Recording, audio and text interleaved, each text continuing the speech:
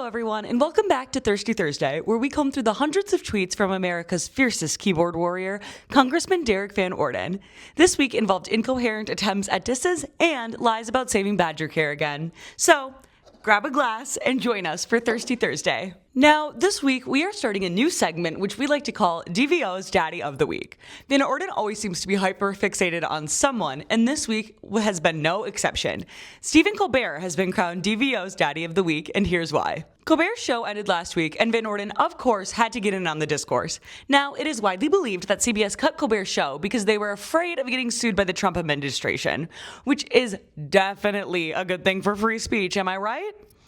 And Van Orden seemed to be a little upset over Colbert's vaccine sketch, which is rich because, as we talked about last week, Van Orden is a part of the same crowd that has been crying about cancel culture for the last 10 years, but draws the line when someone pokes fun at the President of the United States, aka one of the world's most well-known political figures. This week, Van Orden had us asking ourselves the age-old question of, is Van Orden stupid, or does he just think his constituents are?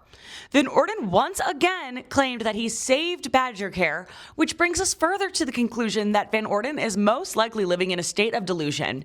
Need we remind you of this headline? In other news this week, Van Orden managed to put this Thirsty Thursday host at a loss for words. In response to someone calling Van Orden out for allegedly sexually harassing women, Van Orden's gotcha response was tweeting at them, "Please point on the doll where I hurt you, sugar."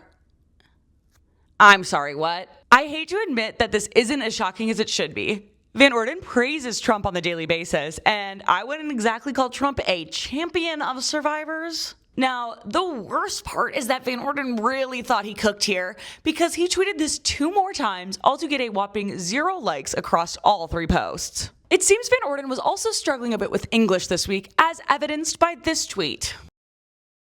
Yup. STFU Tubby, this is enemy more stupid that your normal posts, is a real tweet from a real congressman. Now, can someone first please decipher what he is trying to say here?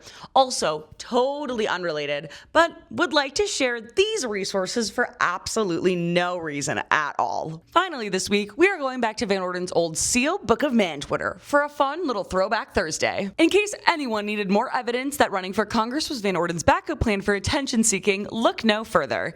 In addition to being a failed actor and a failed author, Van Orden is also a failed screenwriter. In 2016, Van Orden tweeted that he finally finished his second screenplay. And to that, we say, release the DVO screenplay files. Seriously, I need to know what it's about. But seriously, this paints a bigger picture of Van Orden's grift. Couldn't make it as an actor, so he wrote a book. The book flopped, so he wrote a screenplay that also flopped.